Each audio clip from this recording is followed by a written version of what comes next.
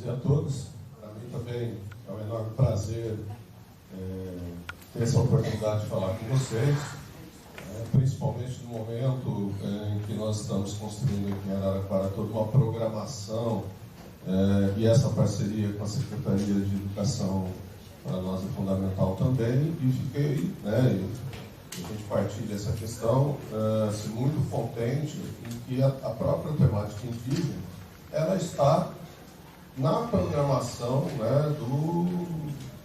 da própria Secretaria, como um tema que vai ser desenvolvido todo esse ano, apesar de ser o Ano Internacional das Línguas Indígenas e tal, mas essa questão de trazer para dentro da nossa formação continuada da temática indígena, e a GRA já vem trazendo essa perspectiva do ponto de vista da educação, do ponto de vista da antropologia e das áreas afins, como a história, como a arqueologia, principalmente de onde eu venho, quer dizer, é de fundamental importância que a gente possa, então, cada vez mais aprofundar esse tema.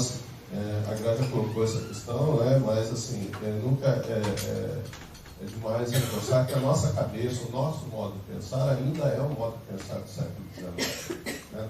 Então, nós precisamos também fazer esse exercício de desconstrução do nosso modo de pensar para que a gente possa trazer, então, esses novos elementos dentro dos nossos processos formativos. E, principalmente, para as nossas atividades cotidianas, quer dizer, na nossa sala de aula, na nossa programação, no nosso planejamento, enfim. Então, nós estamos, nesse momento, também de contribuir com esses processos. Então, é de fundamental importância que os temas com os quais nós estamos lidando, você já vem trabalhando desde o ano passado nas relações étnico-raciais, temas ligados à negritude, temas ligados à questão indígena, elas sejam cotidianos, não simplesmente nos meses correspondentes às datas comemorativas, porque nós precisamos mudar as nossas relações, nós precisamos mudar o nosso pensamento. E é isso que nós então queremos introduzir, e esperamos que, pelo menos nesse período, ao longo desse ano, naquilo que a gente puder contribuir também com o processo de trabalho que vem sendo desenvolvido pela Secretaria, junto com vocês, coordenadores, professores e alunos, a gente possa contribuir nessa questão, principalmente da problemática indígena. A minha realidade também vem aqui dessa casa, então é sempre um prazer voltar para a Unesp, principalmente para a FCL. Eu sou formado aqui na mesma, fiz Ciências Sociais aqui, e aqui também que se originou também esse interesse para a temática indígena, porque aqui tem um núcleo, um centro de estudos bastante antigos, com um grupo de professores antropólogos ligados à temática indígena, que é o Centro de Estudos Indígenas, Miguel Menezes. Então, essa casa aqui é uma casa importante também, e que ao longo de várias décadas já vem discutindo a problemática indígena e vem formando professores e pesquisadores também preocupados com a problemática indígena. É claro que a Fundação Araporã é filha desse processo também. E foi, essa entidade ela foi gestada aqui dentro, depois saindo com essa preocupação também de ir para além dos muros acadêmicos. E hoje a maior preocupação que nós temos, e hoje a academia, a universidade, tem essa preocupação de fazer uma inserção dos seus conhecimentos junto à sociedade, e trabalhar com a área de educação é fundamental, porque é o braço, o principal braço das mudanças. E por isso que hoje está sendo tão combatido, a educação, acabar com o MEC, acabar com as universidades, mudar a filosofia, as ciências sociais, a sociologia, A gente sabe muito bem por que isso, porque de fato nós mudamos. A educação muda a realidade. Isso é fundamental. Por mais que se fale, não tem jeito. E não vai parar. Não vai ser também nesse processo que vai mudar. Vai ser difícil, mas a gente sabe que nós vamos avançar. E eu fico muito tranquilo. Semana passada eu estive numa mesa com a Ayrton Krenak, lá na Feira de Literária de Poços de Caldas. Ele falava, olha, a gente já conhece muito bem isso. Nossos irmãos, os nossos parentes, há mais de 500 anos vivendo essa realidade. Nós vamos enfrentar mais essa e vamos vencer. Quem vem acompanhando, principalmente agora no Abril Vermelho, a ocupação em Brasília, as populações indígenas hoje têm sido um dos grupos mais organizados para fazer um enfrentamento a respeito dessas questões, né? Além disso, com todo esse processo, já também dos apoiadores e das apoiadoras com o qual nós estamos hoje pensando, né? E além disso, além de pensar também esse processo de descolonização, hoje nós temos um outro conceito, que vocês, se não ouviram também, já vão ouvir, que é o processo decolonial. Além de descolonizar, nós também precisamos criar uma dinâmica decolonial, que a Graça já comentou, mas assim, o sujeito desse processo de construção histórica não somos mais nós, mas sim as próprias populações. Então eu não falo mais sobre a partir dele. Eu falo com, ou muitas vezes eu ouço mais, inclusive nesses processos de revisão histórica que as próprias populações estão fazendo, inclusive olhando para nós, né? E é esse momento de ouvir muito mais do que falar que nós estamos vivenciando. E além disso, eu sempre brinco nas minhas falas, que eu falo que eu gostaria de viver pelo menos mais uns 100 anos. Porque nós estamos num momento muito feliz da própria história, né? A Gra falava da importância da memória dos velhos. Mas nós vemos um processo histórico que esses velhos morreram, a sua grande maioria. Quando a gente vai para uma área indígena, né, a Gra falou que leva os alunos, e aqueles que ainda não tiveram oportunidade, que se preocupem e vão mesmo, a gente vai ver muita criança, muito jovem. Mas como que essa história é construída num ambiente que nós temos jovens e crianças? Então percebam vocês a importância também dessa rede de colaboração que tem a educação, a ciência também como sujeito desse processo, contribuindo com essa memória histórica indígena, em que as populações indígenas se apropriam, no primeiro momento, das nossas metodologias, por isso da importância das populações indígenas, né, e dos seus jovens irem para a universidade, mas simplesmente não para se apropriar das metodologias. Ele está vivendo momentos fantásticos, que a própria universidade vem sendo questionada pelo modo de pensar. Nas universidades que têm hoje seus cursos interculturais, a própria ideia de universidade, a própria ideia da construção do pensamento positivista, com o qual nós somos signatários, vem sendo também questionada. Isso é fantástico, porque isso diz o seguinte: nós temos que mudar o nosso modo de pensar. A nossa cabeça ainda é linear. A nossa cabeça é de pensamento único. Nós temos que mudar isso, né? E não simplesmente num processo multilinear, mas complexo, dinâmico, de grandes interações, de redes, né? Eu trabalho com um teórico chamado Timothy Ingold, um antropólogo bastante importante também, dentro dessas novas antropologias, que ele trabalha nem mais com a ideia de rede, como nós falamos. Trabalho com a ideia de malha, porque no meio das redes nós temos emaranhados que dificultam inclusive nosso trânsito. Então nós precisamos ainda desembaraçar esses processos históricos. E são muitos caminhos, né? Vários processos, várias dinâmicas que nós podemos utilizar. Então nós temos que ter esse momento de abertura. Aquilo que a gente faz, a gente tem que continuar fazendo. A gente tem que estar nesse momento de abertura para ouvir e para entender que outras pessoas, além de nós, estão pensando. E no caso das populações indígenas, inclusive, pensando no modo como a nossa sociedade vive a sua própria realidade. Isso é fantástico. Isso é fantástico. E é isso que a gente quer trabalhar um pouco com vocês. Algumas ideias associadas mais à antropologia, nesse diálogo, como a Graça colocou, com a história indígena, né, e também com a educação.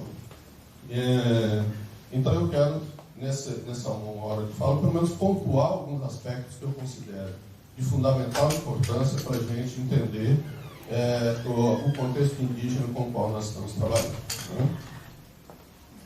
Bom, a ideia, né, e o objetivo aí do nosso trabalho vai ser esse um pouco, né, identificar a distribuição dos povos indígenas.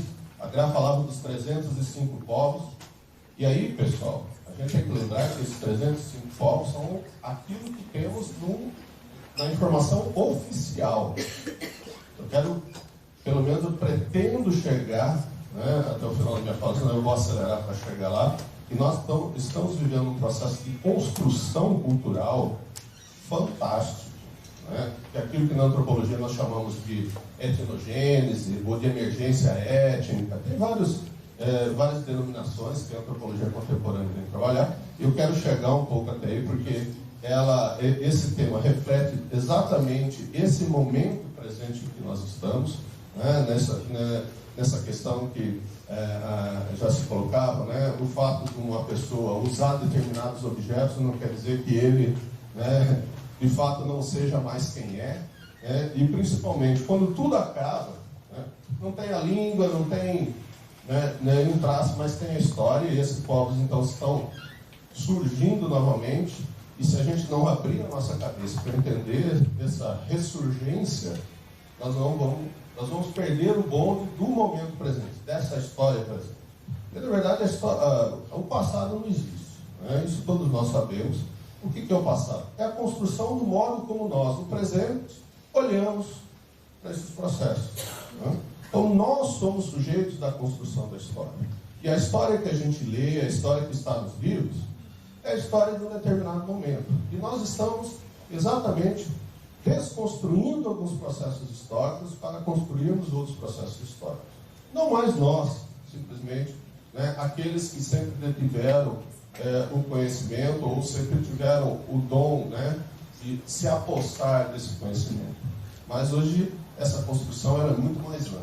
Outros sujeitos estão se apropriando dessas ferramentas e estão construindo essas dinâmicas, esses processos históricos de outras formas completamente diferentes, inclusive com o modo como a gente aprendeu, né? Então, se a gente puder deixar uma palavra-chave para a gente se preocupar com esse momento, é abertura.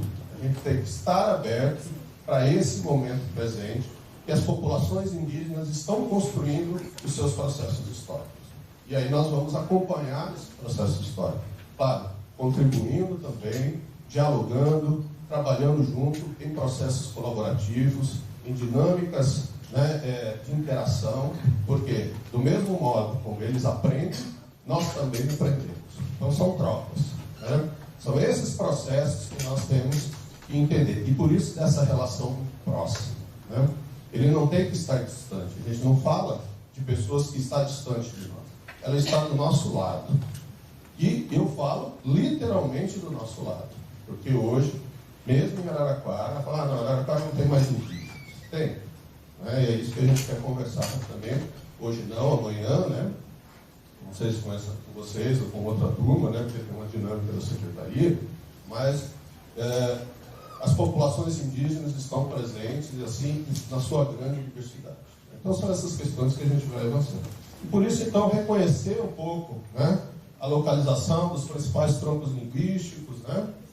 A questão da linguística é fundamental, porque ela identifica de modo estruturante, vamos dizer assim, o modo como a gente vai entender esses povos. E aí a Grata já falava, né? São 305 povos, mas não são 305 línguas mais, 200 e pouco.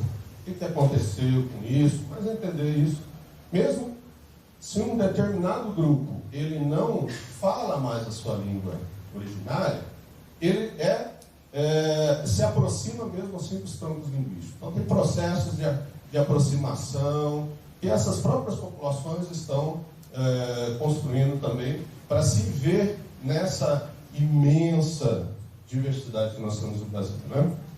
E rapidamente fazer uma análise aí, né, do quadro demográfico dos povos indígenas contemporâneos, principalmente com enfoque regional. Eu sempre me preocupo em trabalhar com essa questão da regionalidade.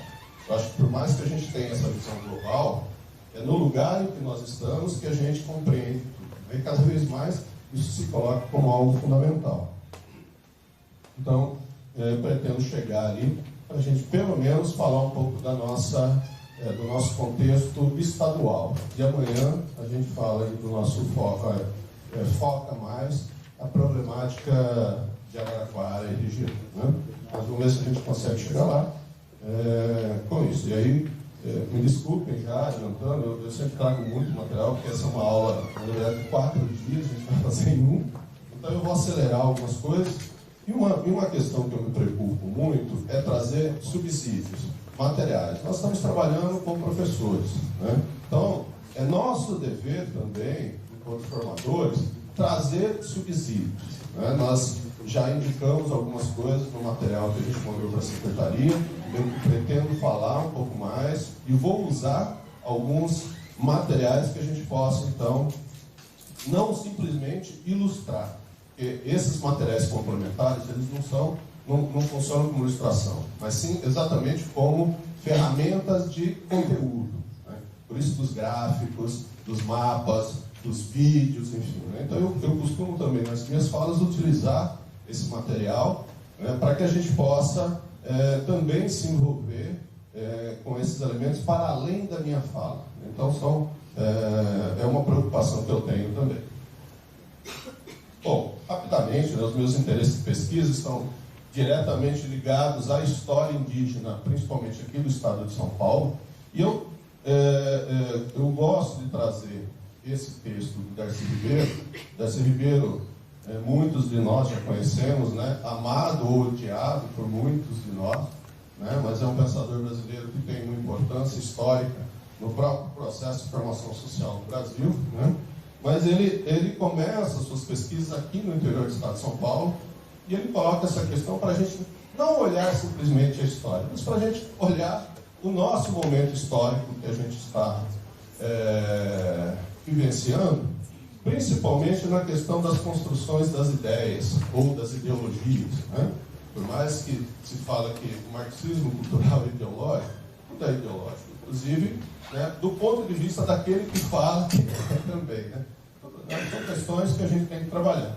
Mas percebam vocês que essa ideia da imagem do indígena e do medo que se coloca a respeito, né, do ser indígena, como a Gra colocava essa experiência dela com seus alunos ao adentrar ou a ir pela primeira vez, né, numa área indígena, né, e esse deslumbramento, essa frustração, também é fruto desse processo de construção. E a violência contra os povos indígenas também são construídos por uma série de interesses, e esses interesses, no caso da história aqui, né, do interior do estado de São Paulo, tem a ver com a própria entrada da ferrovia, né? Quer dizer, então, os modelos econômicos, e de acordo com os momentos históricos e os modelos econômicos, se constrói a imagem do outro, né? Quer dizer, é sempre nessa relação de alteridade, né, o não indígena falando do indígena ou construindo essa imagem do indígena porque ele atrapalha. Essa palavra sempre foi utilizada na história do Brasil e até hoje continua. O índio é um empecilho ao desenvolvimento, o índio atrapalha, o índio precisa ser integrado, né? Essa ideia da integração nacional. O índio está na pré-história, ele nunca esteve na pré-história. A pré-história não existe. A pré-história é uma construção também. Ele está no presente. O nosso olhar é o olhar pré-histórico. Então, é essa questão que é fundamental que a gente entenda, né? Então, nesse processo histórico, né, então percebam vocês só o finalzinho ali para a gente entender, ó, e vão surgindo interessados em manter um ambiente de pavor, criadores de histórias fantásticas, que através delas compraram terras desvalorizadas pelo terror do índio, empreiteiros de batidas, estipendiados pela estrada e por subscrições públicas que começam a entrever possibilidades eleitorais pelo prestígio que alcançaram após cada chacina. E, por fim, a própria estrada, que assim desviava a atenção da principal causa de suas dificuldades para aliciar trabalhadores e mantê-los no serviço, que eram as epidemias. Se matou muito mais indígenas, e até hoje, né, as epidemias matam muito do que, né, as relações entre as pessoas. Hoje nós estamos num momento da história indígena de entender que, bem na verdade, o processo, vamos dizer assim, de pacificação não veio da sociedade ocidental, e sim das populações indígenas. Tem várias histórias hoje, dentro desse processo de revisão, que a gente vê que as populações indígenas tomaram a iniciativa de se aproximar. As populações indígenas nunca foram contrárias à aproximação dos povos. A chegada do europeu é mais um momento da história indígena. E ela faz parte também da história indígena. Nós não podemos mais entender a história indígena sem as relações de contato. Ao longo do processo histórico, isso sempre aconteceu. Povos completamente diferentes, dialogando, confrontando, trocando, né? Como se fosse um japonês, um russo e um português. Aqui no Brasil tem tudo isso. Então a chegada do europeu é mais um momento. Então as populações indígenas nunca tiveram problema com o outro. É o nós que sempre tivemos problema com o outro. A história do Cangangue é fantástica. E nesse período, vários relatos das populações Cangangue tentando fazer contato. E a bem na verdade nós chamamos de pacificação indígena. A pacificação deveria ser do não indígena, para entender que as populações indígenas nunca tiveram problema do fato de um determinado grupo, de uma pessoa morar do seu lado. Então são questões que a gente tem que colocar exatamente porque nesse processo que nós estamos vivendo, de descolonização e também de compreensão do outro, né, esses temas estão aparecendo. Cada vez mais a gente percebe o quanto as populações indígenas contribuíram e ainda contribuem com o nosso processo de formação, que virá com a nossa história. Né? Bom, só para vocês terem uma ideia, né, a minha preocupação principal é território, territorialidade, mobilidade indígena, tecnologias. Eu falo muito a partir desse lugar. Né? É claro que hoje a gente não vai se focar muito nessa questão, porque eu quero trabalhar esses outros 4 temas, mas só para vocês terem uma ideia da onde eu olho para a problemática indígena. Para que vocês percebam, né, e como vocês vão trabalhar, né, hoje começa, como a Marcinha colocou, né, todo um trabalho do ano, né, porque às vezes a gente se preocupa, mas que aspecto eu vou trabalhar? Né? Primeira questão fundamental, a Graça colocou assim, não trabalhem com genérico. Foquem num tema. E vocês vão perceber que para a questão indígena nós temos vários temas. Eu trabalho alguns temas, mas aí assim, a gente poderia trabalhar outros. Saúde, educação, como a Gra colocou na questão da educação indígena, das escolas indígenas, os temas ligados à cultura, né, os aspectos simbólicos, mas foquem nos povos, nas pessoas. Então eu não trabalho mais esse indígena genérico, eu vou trabalhar um determinado grupo. São 305. Escolham esses povos. E não só apenas os povos que são da origem da cidade. A origem da cidade, ela é hoje não só desses povos indígenas historicamente conhecidos, mas como uma série de outros povos que a gente vai comentar depois no final. Perceber vocês o quanto é dinâmico a movimentação das pessoas e das populações. Nós temos esse costume de endurecer a área indígena, como se a população indígena tivesse que ficar somente naquele lugar. Né? O lugar do indígena é aonde ele está.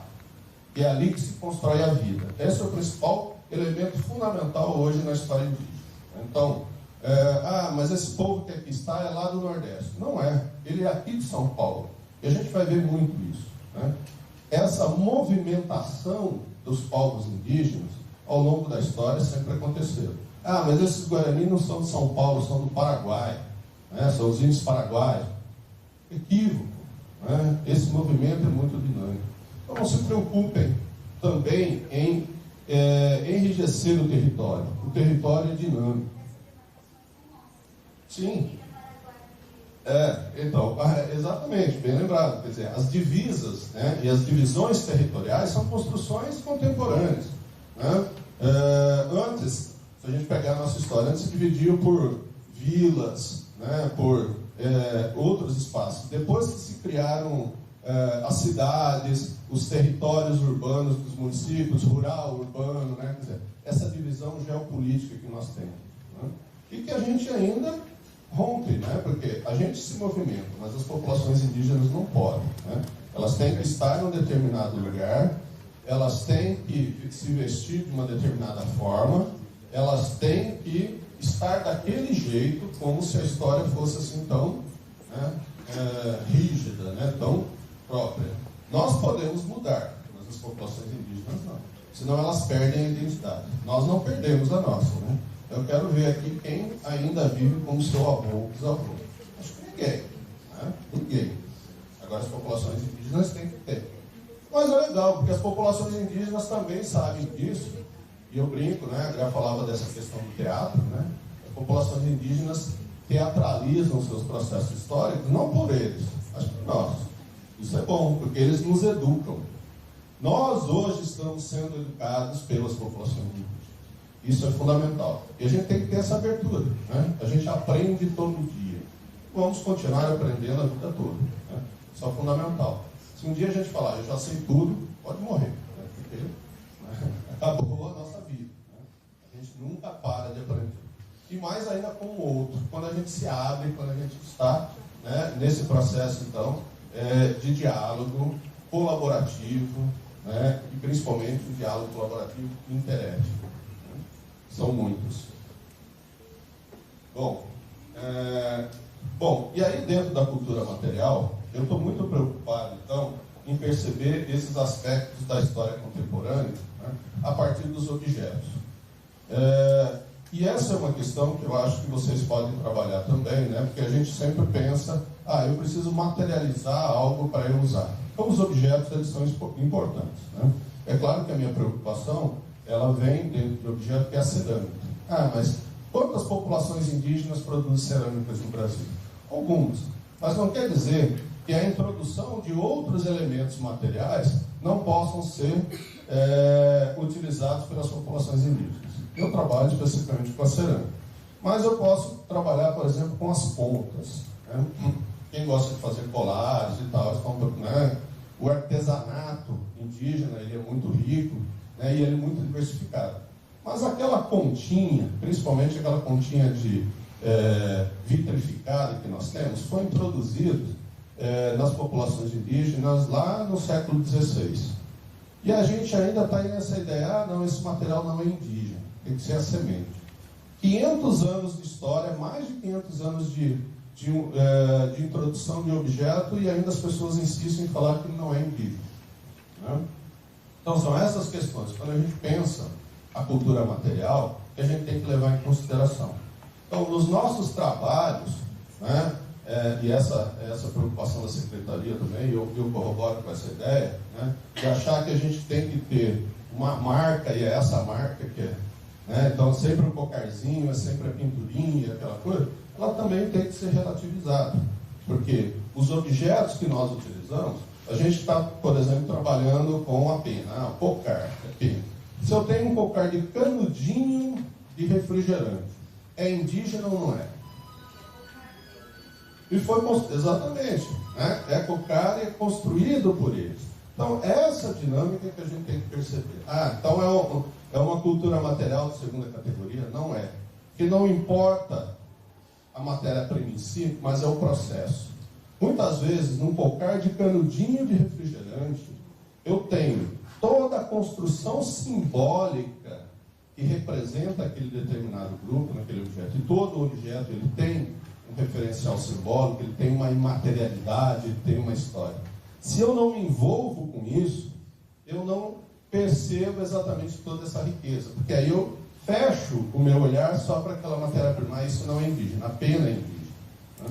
Mas todo mundo se esquece que hoje, né, você tirar uma pena de arara é muito mais complexo, né, do que usar outras penas, ou outros materiais, né? Então são questões que a gente precisa também entender quando a gente usa, né, o elemento material da cultura, para que a gente possa trazer para as nossas reflexões sempre nessa perspectiva de contextualização, né? Eu não uso simplesmente por conta do Dia do Índio, porque essa é a marca do indígena.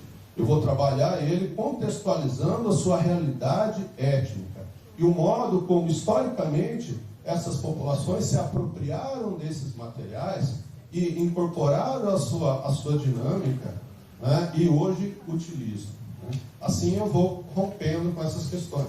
Então a cultura material traz muito desses elementos para a gente repensar um pouco esses processos históricos. E são preocupações que vocês têm ou vão ter, por exemplo, para a questão do desfile, né? Como materializar isso? O desfile é material. Então, percebam essas questões, né? A questão de se envolver com um determinado grupo, focar, se aprofundar e também perceber que os objetos, as matérias-primas, estão sendo incorporados, foram incorporados incorporados e continuarão sendo incorporados, né? Eu, principalmente na arqueologia, hoje a nossa preocupação é exatamente ver as incorporações do passado. Eu olho lá um pote, né, Caingangue, por exemplo, ou um pote Caiapó, né? Mas eu vejo lá uma pintura que não é Caiapó, é Tupi, né?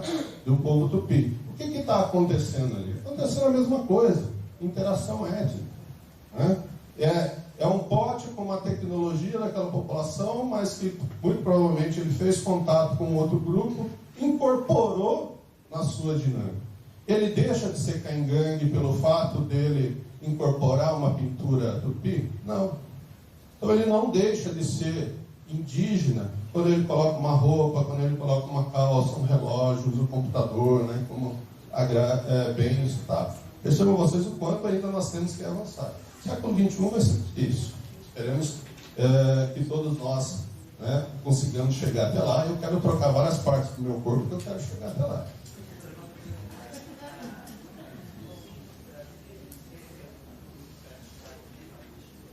No Brasil, a princípio não. A metalurgia ela vai entrar no Brasil com a chegada do europeu, né? Então, a questão, sim, isso, e principalmente a América Central. A questão é que essa relação de troca, né, norte-americano menos também, mas a América Central mais, a gente já começava a trabalhar com metais moles, vamos dizer assim. Ouro, prata, bronze, né? Então já começava, a gente tem, né? Tanto é que essa questão desses metais até hoje, né? Mas a gente, por exemplo, encontra muitas vezes nas populações indígenas, principalmente no norte, o metal, exatamente por conta dessa dinâmica de trocas. Roupa, né? Roupa eu acho isso fantástico, porque quando a gente fala de roupa indígena, é sempre a peninha, né? Sinto muito, mas o algodão era assim, algo utilizado muito pelas populações indígenas, um tipo especial de algodão, mas também as fibras vegetais. Tem uma planta que os Caingangue faziam roupas fantásticas de gravatá. Vocês conhecem o gravatá? É aquela plantinha espinhuda, parece o sisal que nós usamos para fazer corda. Ah, mas os Caingangue, não, eles isso aí não é indígena, porque não é de pena. Não, é de fibra vegetal. Então as populações indígenas tinham, e ainda hoje utilizam, né, algumas não utilizam mais, mas assim, essa dinâmica de uso de matéria-prima é diversificada. Então, a metalurgia, né, e depois que o metal chegou, ele foi rapidamente incorporado. Por exemplo, ao ponto das populações Caingangue aqui do estado de São Paulo dominarem rapidamente o manejo, né, do metal e fazer combate à própria entrada da ferrovia, né? Mas como que eles faziam isso? Eles não dominavam a técnica de fundição de metal. Mas eles tinham outras técnicas. Na medida que essa nova matéria-prima foi incorporada, rapidamente faziam pontas de flechas assim, que aumentou muito a sua capacidade bélica. Não era uma, duas, três, não. Era 40, 50. Né? É muito dinâmico. E isso tem a ver com a sua própria história. Então são questões que a gente tem que relativizar quando a gente usa o elemento material para que a gente possa entender a dinâmica dos povos. E por isso é importante a gente contextualizar. Não é pelo fato do Caingangue incorporar a metalurgia, né, que ele evoluiu. Não, já era um conhecimento que ele tinha.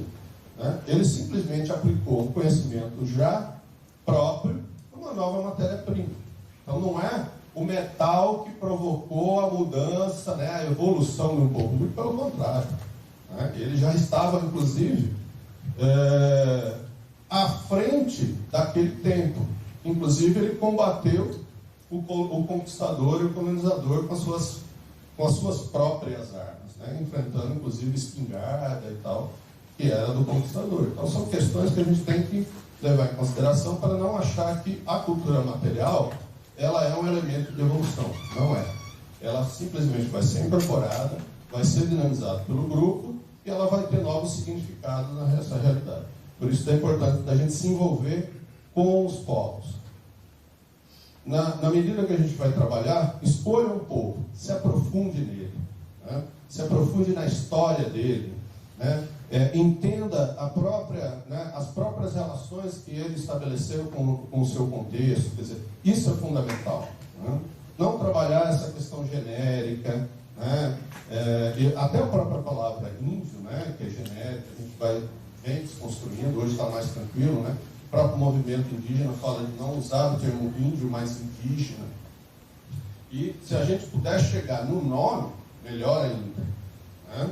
Então eu falo do Caingangue, mesmo o termo Kayapó, né? A gente vai depois, com o tempo, desconstruir inclusive as próprias palavras que nós achamos que é indígena e que definem um grupo, mas a bem da verdade eles não definem um grupo, mas um conjunto de grupos, né? Só usando esse termo Kayapó. Quem conhece a história das populações indígenas do Brasil Central, que antes eram todos conhecidos como Kayapó, ali a gente já tem 10 ou 12 grupos diferentes dentro dessa matriz Kayapó. Nós temos os Panará, os Membengocrê, né, os Assurini, vamos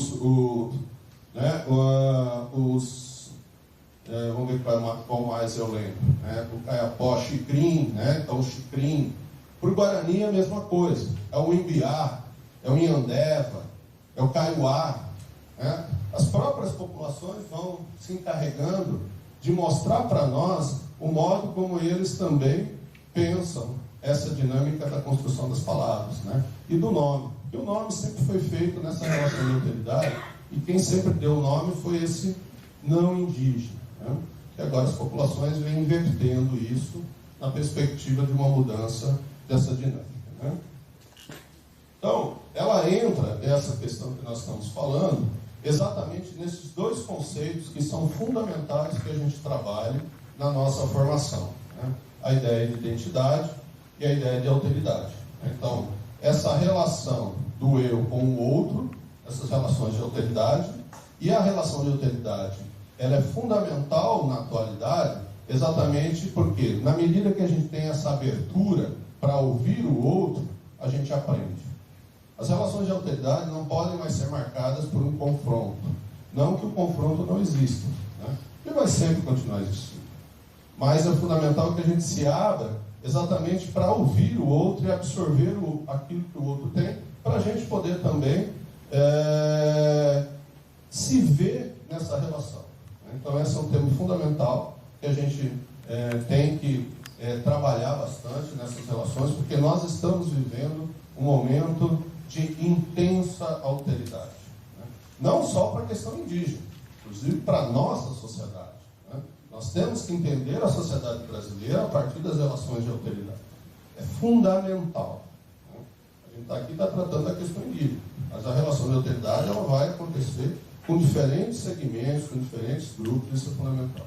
E a questão da identidade, que é um tema também muito importante para a gente entender a problemática indígena, porque a questão de identidade, ela sempre foi construída a partir também dessa relação com o outro, e essa identidade, ela sempre foi construída de fora para dentro. Como eu já havia comentado, hoje a construção identitária é uma construção de dentro para fora. É um processo de auto-identificação. Por isso que eu comentei com vocês que nós estamos vivendo um período histórico, um momento histórico riquíssimo, de intensa construção identitária. E esse tema é fundamental porque se a gente não se envolver com o conceito de identidade, nós continuaremos ainda reforçando esses estereótipos com os quais nós lidamos no nosso cotidiano para a temática indígena.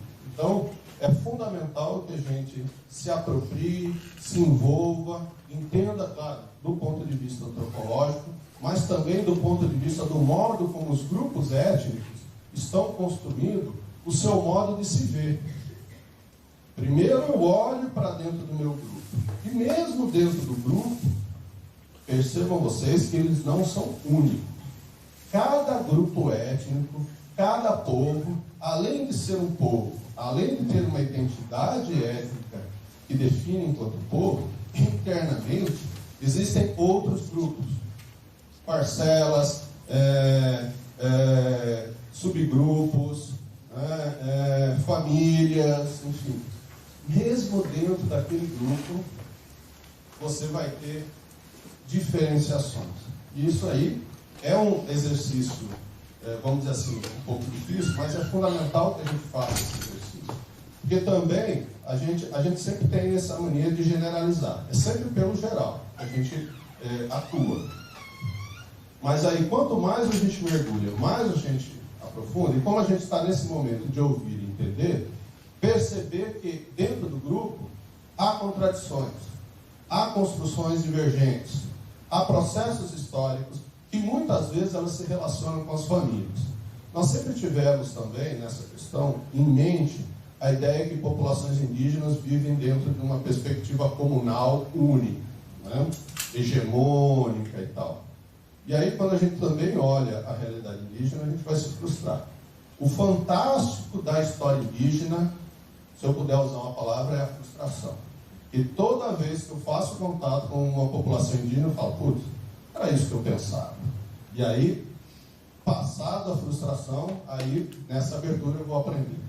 Então, as populações indígenas não são comunistas. Então, pelo menos, se alguém falar que é, eu vou dizer para vocês que não são. Então, eles podem continuar vivendo, só os outros comunistas que não. Tá? Desculpa aí, brincadeira, não pode falar mais. Mas assim, porque muitas vezes as construções identitárias, elas acontecem nas relações familiares, o modo de ocupar o espaço, elas vão acontecer nessas relações entre essas partes, essas particularidades. Então, mesmo dentro desse processo de construção da identidade, nós temos que perceber essas particularidades, né? Para que a gente entenda, então, a dinâmica do grupo. Além de incorporar todas as relações com esse não indígena, né? Com esses não outros, ou então com esses outros indígenas que também foram incorporados à sua própria relação histórica. Então, nesses temas, identidade e alteridade, é fundamental que a gente tenha esses dois elementos nos nossos estudos, né?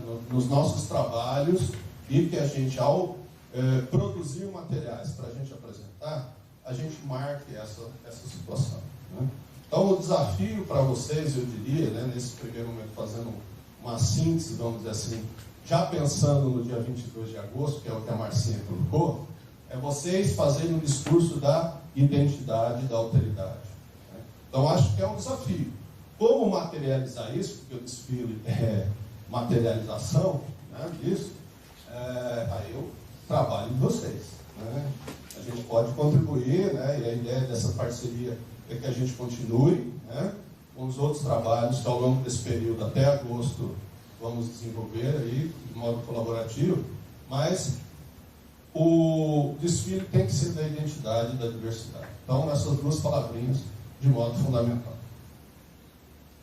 Tem os textos aí, né, mas não vou passar e tal, né, porque depois é um material que a gente depois vai poder disponibilizar, vocês vão poder trabalhar, né? Então, essas duas questões, né, da identidade e da alteridade. Então, para fechar esse bloco, né, eu vou trazer para vocês, né, a fala, né, e acho que é fundamental essa questão da fala indígena, para que a gente possa fechar esse primeiro bloco dessas duas palavras. Ele disse que são 4 palavras que a gente tem que trabalhar. Então, estamos fechando 2, depois só restam mais 2. Vocês conhecem esse material? Né? Para quem não sabe, é programa de índio. Tá? Alguém falava do programa de índio. E é legal o quanto as populações indígenas brigam, né, com essa questão. Eles incorporaram isso num projeto, é um dos primeiros projetos de construção de audiovisual do projeto Programa de Índio. Então, é um projeto Índio nas Aldeias, né? É vídeo nas aldeias, né? E tem esse episódio, um conjunto de episódios, inclusive é um material que está disponível na internet, né? O pacote todo. Quem ainda não teve oportunidade de trabalhar, vale a pena. Um material que ainda continua muito atual, apesar de ter 18 anos, já é 19, né? Indo para 19, já estamos em 2019. Mas é um material muito legal, porque assim, quando a gente olha para esse material de ar, percebe o quanto de atual ele é. Então, rapidinho, 17 minutinhos, tá? Mas só para a gente fechar um pouco essa ideia dessa questão da alteridade e essa questão da identidade indígena, né? Para a gente, que é a perguntinha que a gente se faz, né? O vídeo é quem são eles, mas a pergunta é, quem é o indígena, né?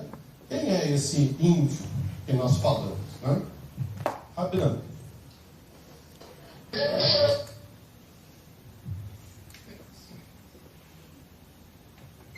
Então, pessoal, acho que a primeira questão para a gente fechar esse bloco da identidade, né, primeiro vocês viram o modo como a identidade ela é construída, né? Então, nessa relação entre o eu e o outro, né, ficou bem claro nesse vídeo, é isso que a gente tem que, então, trabalhar no campo da educação. Se vocês perceberam o vídeo, né, a todo momento as pessoas falam que é a educação que é o carro-chefe também para esses processos. Então, percebam vocês a importância que todos nós temos aqui, enquanto educadores, de trabalhar essa temática, né, para reconstruir ou então construir novos modos de compreensão dessa identidade, né, ou dessas questões associadas à temática indígena. E uma questão que o Ailton, no finalzinho, coloca que eu acredito que é de fundamental importância para que a gente considere esses temas e principalmente a questão indígena do Brasil. Se aprofundar. Né? Ele usa essa palavra, né? A série toda vai trabalhar com 10 grupos. Né? E o que ele aponta para isso? Então, a primeira questão é essa: a necessidade da gente entender o conceito de identidade étnica, principalmente nesse movimento de autoconstrução ou autoidentificação do seu modo de ser. Né? E as várias pessoas, né, os vários indígenas que falaram nesse vídeo, trouxeram essa questão. Né? Falam que eu sou isso, mas a verdade, eu sou assim. Né? Isso é fundamental. E a gente tem que trabalhar no nosso cotidiano essa ideia dessa construção do conceito de identidade que passa pelo modo como a pessoa e o grupo ao qual ele representa constrói o modo de ser. E aí, a segunda questão fundamental, então, nessa relação com o outro, né, nesse processo de desconstrução dessa imagem do indígena. Né? E aí a gente viu, de certa forma, várias pessoas, né, sempre jogando esse indígena no passado, nunca no presente, e aí, quando jogam para o presente, estabelece a barreira, né, dessa relação de que esse outro, o ser indígena, é um ser de segunda categoria ou terceira categoria, e que ele é preguiçoso, ele não trabalha, quer dizer, esses conceitos ou esses termos que são utilizados pela nossa sociedade exatamente por conta de uma relação de interesses que tem de uma questão que é fundamental, né, e que a representante Cainã falou que é fundamental. Primeiro, que nós estamos crescendo, e por conta do fato de crescer, nós estamos reivindicando territórios. Né? Esses territórios, ou essas terras, né, hoje nem se discute mais o conceito, apesar do conceito de território estar presente, nesse tema que é fundamental para a sobrevivência das populações indígenas, que é o lugar da vida, o território é o lugar da vida, o que se coloca exatamente a necessidade de termos terras indígenas. Então, o processo de demarcação das terras indígenas exatamente para que a vida continue, né? Porque as populações estão crescendo, isso é fundamental. Né? E aí ela já nos remete então para o terceiro conceito que eu quero trabalhar com vocês rapidamente, né? Que é o conceito da diversidade. Né? Então, rapidamente, para que a gente entre nesse terceiro conceito. Né? O fragmento do documentário já trouxe isso para nós. Né? Então, esse elemento também é um elemento chave para que a gente pense a temática indígena no Brasil. Né? E a gente já viu ali alguns exemplos. Né? Quando eu vou falar da temática indígena, primeiro que eu já procuro desconstruir essa ideia do índio para a ideia do indígena. E do indígena para povos indígenas. E esses povos indígenas, eles têm um nome. Né? Nós vimos Machacali, Guarani, Caingangue, né? Axaninca, Baniwa, Yanomami. Então, essa é uma questão fundamental para que a gente pense também a temática indígena no Brasil. Esses povos, eles não são únicos, eles são diversos, e essa diversidade está presente em todo o território nacional. Então, esse é um outro tema importante para ser trabalhado, que é o conceito da diversidade indígena brasileira, né? É claro que ele entra dentro do conceito de diversidade étnica, né, que é bem mais amplo, que traz outros povos, mas especificamente para a temática indígena, é fundamental que a gente represente as populações indígenas a partir dessa diversidade, né? E, ao utilizar os elementos materiais para representar essa diversidade, eu tenho que fazer uma pesquisa profunda. Eu não vejo problema em fazer um cocar, em pintar o rosto, né, em fazer uma dança, desde que todos esses elementos possam ser contextualizados dentro da diversidade, né? E aí, mas eu vou trabalhar com toda essa diversidade, eu não vou dar conta. Foco. Defina um povo, aprofunde naquele povo, levante todos os elementos com os quais eu quero trabalhar, porque todos os elementos vão estar naquele povo. Eu quero trabalhar com a dança, eu quero trabalhar com a terra, eu quero trabalhar com a saúde, eu quero trabalhar com a educação, né? Eu quero trabalhar com o território, eu quero trabalhar com o simbólico, né? Com a cultura material daquele povo com o qual eu vou me aprofundar. Porém, não deixando sempre de estabelecer essa relação com o outro, porque ele não é único. Por mais que eu me aprofunde num determinado grupo, no território ou no lugar da onde esse povo está, existem outros. E essa relação de alteridade com os outros, seja com a sociedade envolvente, né, a sociedade não indígena, seja também com as sociedades indígenas, marcam essa diversidade. Eu venho, né, toda a minha formação acadêmica depois aqui da Unesp foi para a Universidade de São Paulo, no Museu de Arqueologia e Etnologia. Lá nos anos 90, eles colocaram a primeira exposição, né, que era a exposição Formas da Humanidade, e uma das partes da exposição era os indígenas no Brasil. E eu me lembro muito bem, logo que essa exposição foi inaugurada, e principalmente numa área, eles estavam trabalhando com os Bororo. E uma casa Bororo. O que tinha na casa Bororo é tudo aquilo que a gente diz que não é indígena. Então foi um impacto para as pessoas que foram visitar aquela exposição, que era uma casa Bororo, com panela de alumínio, com a garrafa e tal, né? E a gente não via ali o indígena. Isso lá nos anos 90. Até hoje, a gente ainda tem esse impacto, estamos em 2018, esse filme de 2000, e essa ideia ainda persiste. Como se esses outros elementos não fossem considerados indígenas. A partir do momento que eu me aproprio de um elemento material, seja ele qual for, ele passa a ser indígena também, porque ele passa a ser significado ou ressignificado pelo modo como eu penso o meu modo de ser. Ok? Essa é a ideia? Então, quando a gente trabalhar isso nas nossas atividades, é importante que a gente impacte. E eu falo isso exatamente porque é a partir do impacto, e aí por isso da importância do processo educativo.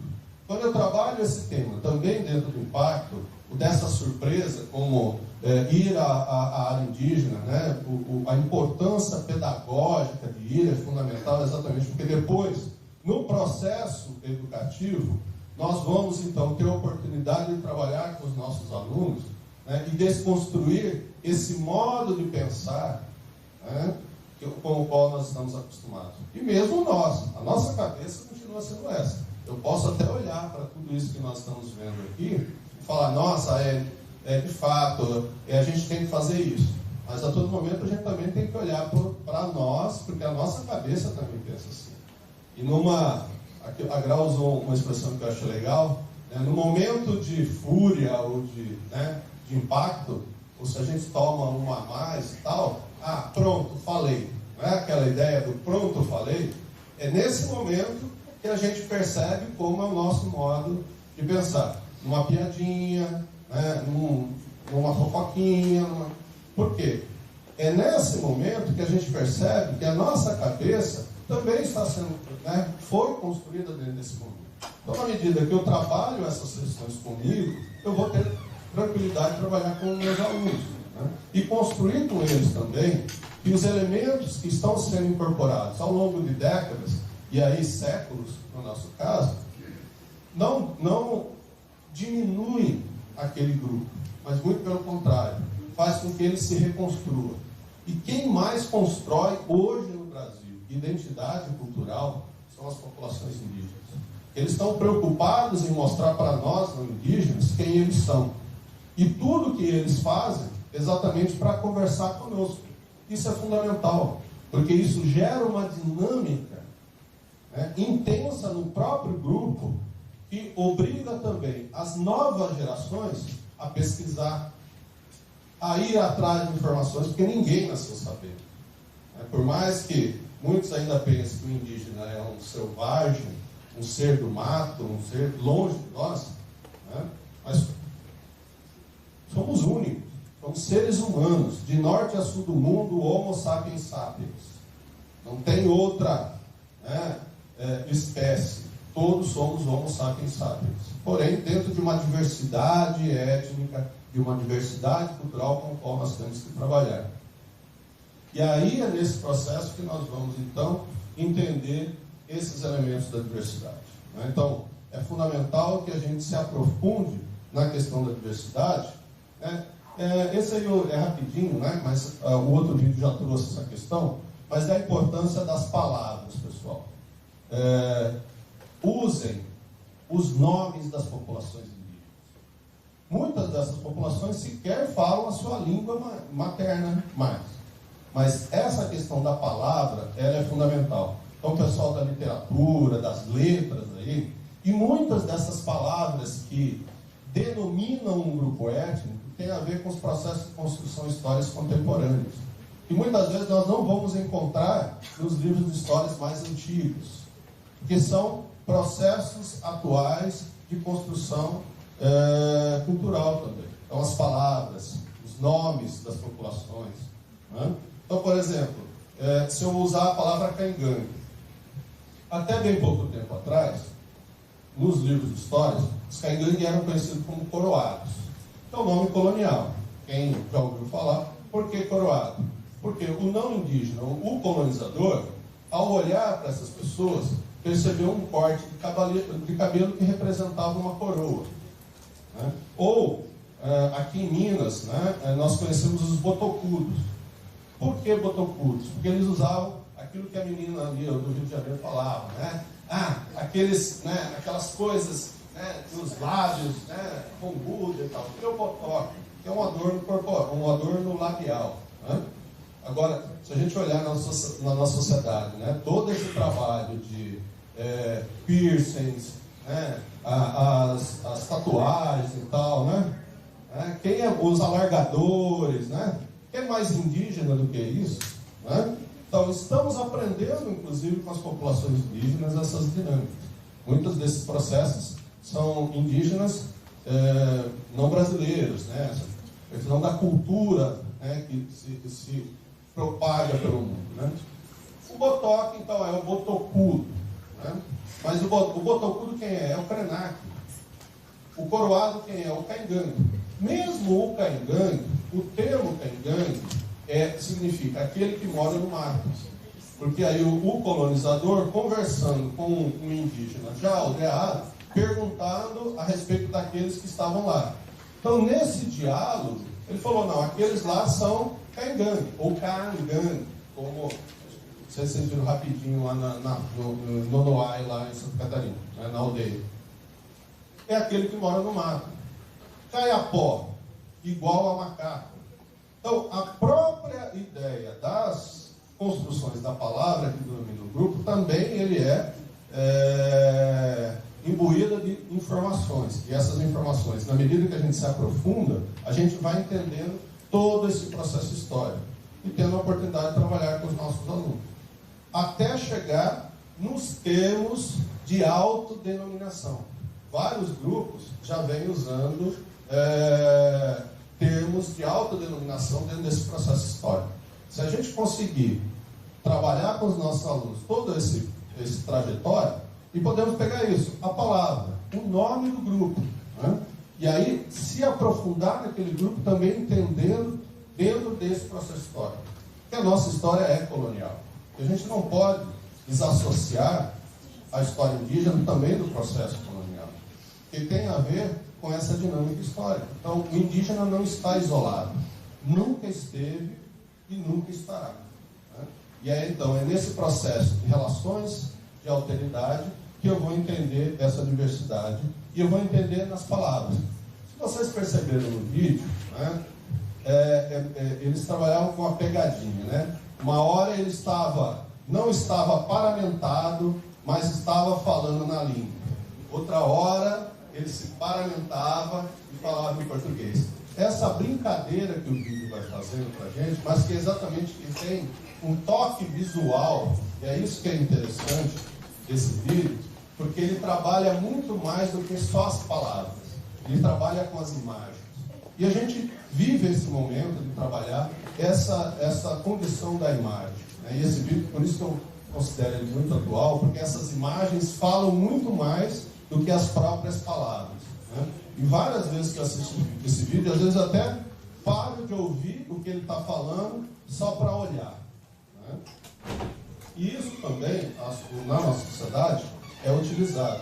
Para quem acompanhou, só pegando rapidamente um processo histórico, no Espírito Santo, no confronto entre uma empresa de celulose, né, que é a Aracruz Celulose, uma grande empresa do Brasil, quando os Tupiniquim e os Guarani do Espírito Santo estavam reivindicando uma terra que a Aracruz Celulose havia ocupado, né, e que era território indígena, a primeira coisa que a Aracruz Celulose fez foi fazer uma campanha para desconstruir a imagem física, inclusive, dos Tupiniquim e dos Guarani. Inclusive colocando em outdoors, no município de Aracruz, né, onde é a sede dela. E ele teve, né, esse é um processo bastante interessante, que eles tiveram, vamos dizer assim, fizeram um exercício de pesquisa detalhado para desconstruir todos os elementos materiais de uma foto de uma liderança indígena lá, só para dizer que ele não era indígena. Então, percebam vocês que essa dinâmica, ela é uma dinâmica intensa e a todo momento a gente tem que trabalhar. Né? E os próprios grupos de interesse, vocês percebam, isso a gente vai ver bastante até hoje, né? Os grupos de interesse que querem ocupar territórios indígenas, primeiro estão preocupados em desconstruir a ideia de ser indígena, porque aí eu posso dizer, se ele não é indígena, ele não tem direito constitucional. Segundo, né, o que interessa nas áreas indígenas é o que sempre interessou as grandes corporações: madeira, minério e agricultura. Né? É o que sempre interessou, sempre vai interessar ao longo da história, futuro e tal. Só que as populações indígenas hoje nessa questão, eles estão também, né, se armando positivamente, né, não literalmente, como o nosso decreto de ontem saiu, né? Não são essas armas que as populações indígenas estão usando, mas exatamente o direito que eles têm de continuar existindo e ser quem eles são, exatamente para fazer esse confronto. E a diversidade é um tema fundamental. Entender quem são, entender os seus processos históricos, identificar essa diferença, identificar quem são essas pessoas, como eles constroem os seus processos históricos e, principalmente, identificar aonde eles estão, é fundamental que a gente possa perceber, então, essa dinâmica. E a ideia da diversidade... 5 minutos, tá? Eu vou lá, né? Eu vou pular rapidamente, então, dar um salto histórico para a atualidade, exatamente, porque para que a gente possa entender o momento atual, e esse é um tema fundamental que ainda está no âmbito acadêmico, mas que a gente está chegando, já está chegando, né, que são os processos de construção de novas identidades étnicas, ou daquilo que a gente chama de etnogênese, que é o contemporâneo, que vai dialogar exatamente com essa ideia de que usar relógio, usar roupa é ou não ser indígena, né? Mas é de fundamental importância que a gente não tenha, né, essa questão da identidade, da diversidade indígena espacializada. Então percebam vocês esse diálogo que é fundamental, né, com todas as áreas do conhecimento da escola, né, dialogando com a literatura, com as letras, com a geografia, com a história, com a sociologia, né, com as artes, com todas as áreas do conhecimento. Porque para entender a temática indígena, ela tem que ser entendida dentro dos processos interdisciplinares. Senão a gente não dá conta. Por mais que eu trabalhe na minha área, eu não preciso ser especialista de tudo. O que eu preciso é dialogar. Pensar projetos colaborativos, inclusive dentro da escola, né, que a gente sabe que é um desafio. E aí, então, perceber essa diversidade em todo o território nacional. E ele está. Isso que a gente só está falando dos grandes troncos. Aí é uma divisão dos troncos, ó. Então, o tronco tupi, hoje também conhecido como macro tupi, o tronco macro G, a família Caribe, a família Aruaca, a família Pana Yanomami e a família Tucano-Namiquara. Dentro de cada um desses troncos ou famílias, existem os grupos étnicos. Dentro de cada grupo étnico, existem também os subgrupos. Então, é claro que trabalhar toda essa diversidade, né, não vai ser num período, mas por isso, assim, de repente, trabalhar um recorte regional, mesmo que, claro que a gente sempre trabalha com o local, né?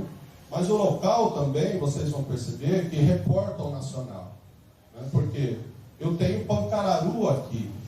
E aí, mas o Pancararu, da onde veio, como que foi a sua dinâmica histórica, como foi a sua trajetória. E aí eu vou, então, pegando na história Pancararu, construindo a história Pancararu aqui da nossa localidade, né? E eu vou pensando no Brasil, né? Por mais que eu faça o recorte regional, esse movimento do local, nacional, local, né? Então é fundamental. Então, só para a gente terminar, né? É só esse dado rapidinho, essa é uma outra questão importante, trabalhar com dado quantitativo. O Ayrton, lá em 2000, então, percebam vocês que isso é fundamental, pessoal. Nós estamos falando do censo de 2000, 315 mil povos em 2000. Em 2010, né, pulou para 734, 800 e pouco no novo número, 896 e 900, perto de 900 mil, em 10 anos. Então, aquilo que aquela liderança cangangue falou, não, nós não estamos morrendo. De fato, porque se pensava, a gente fala dos antropólogos fatalistas da primeira metade do século XX, dos anos 50, entre a primeira e a segunda, anos 60, falavam que as populações indígenas não chegariam aos anos 2000. Para quem conhece aquele conceito de aculturação, que até hoje a gente usa, então a culpa da antropologia ainda nessa questão, né, que está muito dentro da academia, mas que hoje na academia a gente não usa o conceito de aculturação, mas na nossa dia a dia a gente ainda usa o conceito de aculturação. Esse conceito dizia que as populações indígenas não chegariam até os anos 2000. Né? Lê do engano. Né? Não só chegaram, como são os povos que mais crescem. E se o ano que vem tiver censo, né? A gente tem essa dúvida ainda, saber se o ano que vem vai ter censo, e se de fato continuar com a mesma metodologia, esse número vai passar de 1 milhão. Mais de 1 milhão de pessoas se identificando como indígena no Brasil. Né? E se for com esse salto, talvez não seja esse salto de 2000 para 2010, porque nesse período o IBGE mudou a metodologia, por isso que conseguiu pegar isso. Né? Mas mesmo assim, mesmo que não dê esse salto de 500 e poucas mil pessoas em 10 anos, nesse crescimento, mas vai chegar a 1 milhão e 200, talvez 1 milhão e 300. Isso é fantástico. Né? Então percebam vocês o quanto a diversidade indígena no Brasil é um tema contemporâneo, é um tema atual. Né? E, portanto, deve ser trabalhado em nossas escolas. Né? Só para a gente, eu vou, assim, 2 minutos só. E a quarta, aí é só o quarto tema, né, para que a gente possa trabalhar. Eu acho que esse tema é o tema que mais pega hoje, porque por mais que a gente ainda queira desconstruir esses conceitos que nós temos aí no nosso cotidiano, né? Mas ainda esbarra nessa questão. Mas como eu vou olhar, então, para a contemporaneidade? Né? Então, esse conceito de etnogênese é um conceito... Aí tem um autor que eu achei fantástico, João Pacheco de Oliveira, pesquisador lá do Museu Nacional, né, da Universidade Federal do Rio de Janeiro, que vem trabalhando desde os anos 80 esse conceito. Ao olhar para a história e ao perceber que essa dinâmica de construção da identidade, ela acontece desde o período colonial, e eu como arqueólogo, apesar do desafio também de entender essa dinâmica no período pré-colonial, mas essa é uma outra história, né, não vem ao caso, mas a gente vai partir do período colonial. Esses processos de construção de identidade étnica, de ressurgência, de emergência, sempre aconteceram. E está acontecendo hoje, inclusive com as populações reivindicando essas identidades. Eu vou pegar um exemplo rápido e fácil de entender. Tupinambá. Nós conhecemos os Tupinambá daquela ideia que eles foram exterminados no século XVIII. Pela história indígena lá, Tupinambá foi exterminado no século XVIII.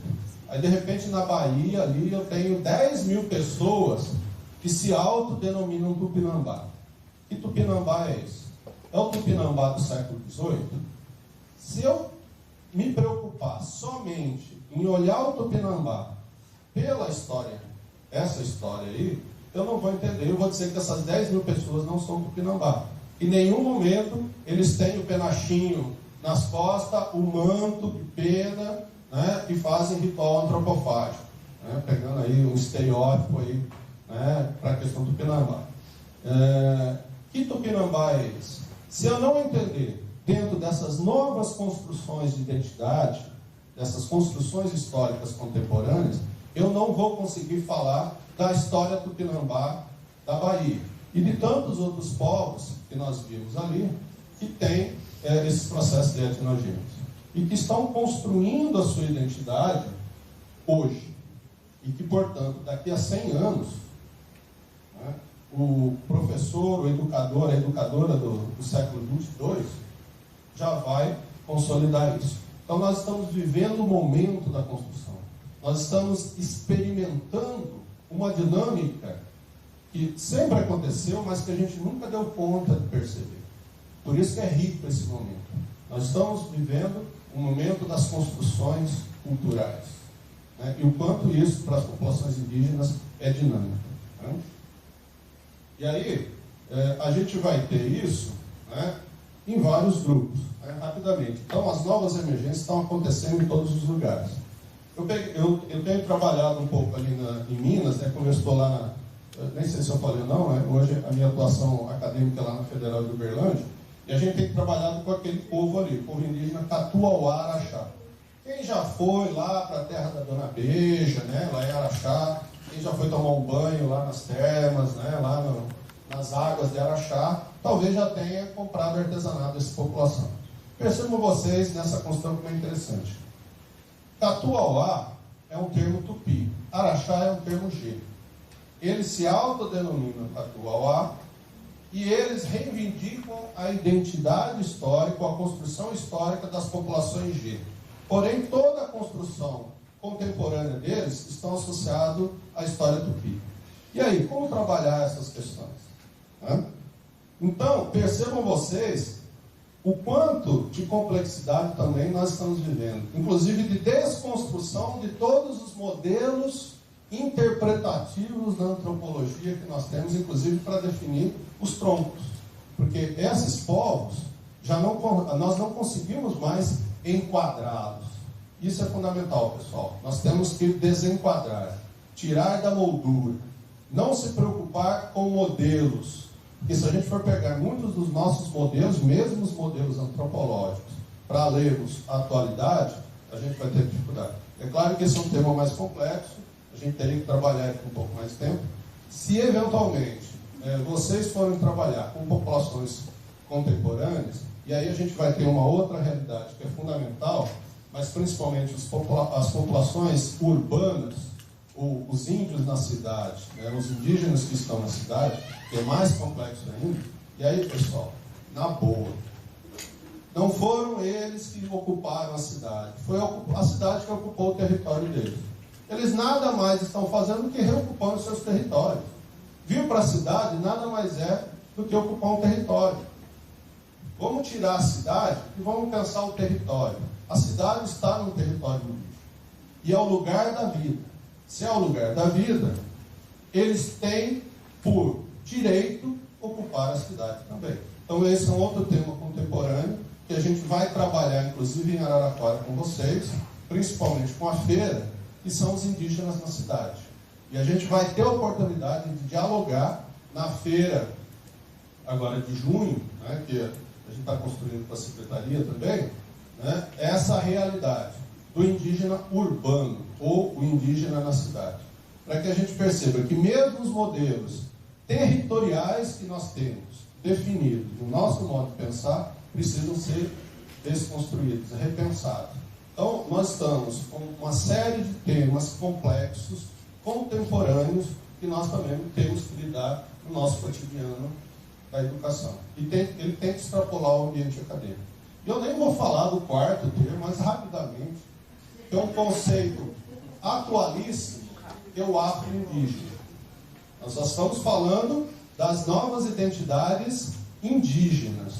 Agora, os novos conceitos, né, dessa relação entre indígenas e negros, que não se enquadram mais nem como indígenas e nem como negros, a academia está pensando também, tem esse conceito novo que é o afro-indígena. Mas essa é uma outra história ainda, mas que está no nosso cotidiano. Para que a gente perceba que a construção da identidade ele é muito mais complexo do que a nossa filosofia nos auxilia. Muito obrigado. Essa é um grupo de legal de São Paulo, né? Esse é um processo muito legal que a gente vai estar trabalhando também, essa questão do Guarani dela se tornar Tupi-Guarani. Pô, Tupi-Guarani é o tronco, é uma coisa fantástica. Mas é a nossa realidade local, né, regional, que a gente vai trabalhar um pouquinho amanhã. Muito obrigado. E aí depois tem uma série de... só para vocês fecharem. Fiquem com essa frase aqui, tá, pessoal? A cidade de São Paulo tem 38 etnias indígenas. A gente fala, mas São Paulo tem só 3, Caingangue e Guarani, né? Ou 2, ou 4. Só na cidade de São Paulo. Então, é com esse grupo que a gente vai trabalhar. Mas, bem na verdade, eles já mapearam a Opção Brasil, que é só que a gente está trabalhando, já mapearam 54 grupos étnicos em São Paulo. Então, a questão da ocupação urbana das populações indígenas é fantástica. Então, não se preocupem, não vou trabalhar com Pancararu, porque Pancararu é do Nordeste e não está no meu recorte regional. Está sim, eles ocupam São Paulo, inclusive com 1.200 pessoas hoje. Então, está na nossa realidade também, regional, estadual. Então, percebam vocês que os recortes territoriais também podem ser relativizados. Ok? Obrigado.